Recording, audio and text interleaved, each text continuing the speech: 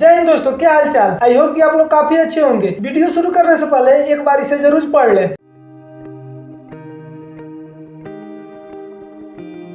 दोस्तों, आपने कभी न कभी साइबर अटैक का नाम तो जरूर सुना होगा, लेकिन क्या आपको पता है कि पिछले 4 साल में इंडिया पर लगभग 36.29 लाख साइबर अटैक किया गया है। ये नंबर काफी बड़ा है और यह डाटा 21 जुलाई 2022 का है और इस वक्त दिसंबर चल रहा है और आप अंदाजा लगा सकते हैं अभी तक इसकी संख्या कितना बढ़ भी गया होगा। अगर आप पर एक साइबर अटैक हो जाता है तो आप बर्बाद हो सकते हैं। अब आप इस आंकड़े से अंदाजा लगा सकते हैं कि इस आंकड़े से क्या क्या इफेक्ट पड़ा होगा। हाँ, चलिए हम आपको भारत में टॉप 5 साइबर अटैक के बारे में बताते हैं। उससे पहले काफी लोगों को ये पता नहीं होगा कि साइबर अटैक क्या होता है, तो हम शॉर्ट फॉर्म में उनको बता दें कि साइबर अटैक किसी के द्वारा इंटरनेट के माध्यम से की गई अटैक को साइबर अटैक कहते हैं। उसमें आपको डाटा को चुरा लिया जाता है, सिस्टम को हैक किया जाता है, एप्लीकेशन को हैक कर लिया जाता है, उसी को बेसिकली साइबर अटैक कहते हैं। हम आपको शॉर्ट फॉर्म में समझा दिए और चलिए हम आपको बताते हैं भारत के 5 टॉप साइबर अटैक। दोस्तों, 2019 में इंडिया हेल्थ के वेबसाइट पर ही साइबर अटैक हो गया था और यूएसए का कहना है कि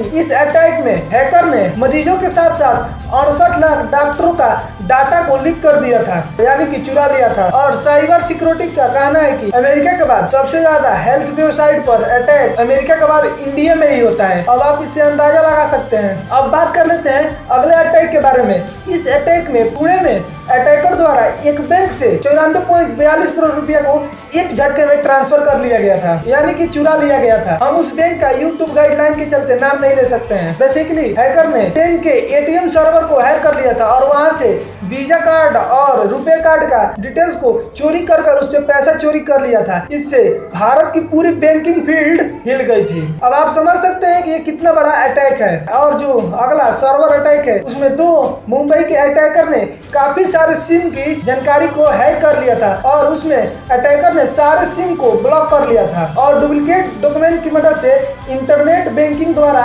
4 करोड़ रुपया को ट्रांसफर कर लिया गया था। हालांकि बाद में चलकर उन अटैकर को गिरफ्तार कर लिया गया था, लेकिन आप समझ सकते हैं आपके सिम कार्ड से क्या क्या किया जा सकता है। और जो अगला साइबर अटैक है, 2018 में 1.1 बिलियन इंडियंस लोगों का आधार कार्ड का डिटेल्स को चुरा लिया गया था। बेसिकली अटैकर ने आधार कार्ड का जो ऑफिशियल सॉफ्टवेयर है उसे ही हैक कर लिया था और बाद में चलकर यूडीआई ने बताया कि भारत के 210 सरकारी वेबसाइट को उस अटैकर ने हैक कर लिया था और वहां से आपका पर्सनल डिटेल्स यानी कि bank account number, bank AFC code, pan card, आपका मोबाइल नंबर, सारी डाटा को वहां से चुरा लिया गया था और यहाँ तक कि आपका पर्सनल भी डिटेल्स वहां से चुरा लिया गया था। अब आप समझ सकते हैं अटैकर क्या क्या कर सकते हैं और क्या क्या नहीं। शायद उसमें से आपका भी डिटेल्स हो सकता है, क्योंकि दोस्तों 1.1 बिलियन नंबर बहुत ज्यादा होता है। और जो इस लिस्ट में आखिरी अटैक है, केनरा बैंक के एटीएम सर्विस को हैक कर लिया गया था और वहां से एक झटके में 20 लाख रुपए को ट्रांसफर कर लिया गया था। और हम आपको बता दें कि यह घटना 2022 का ही है। इस अटैकर द्वारा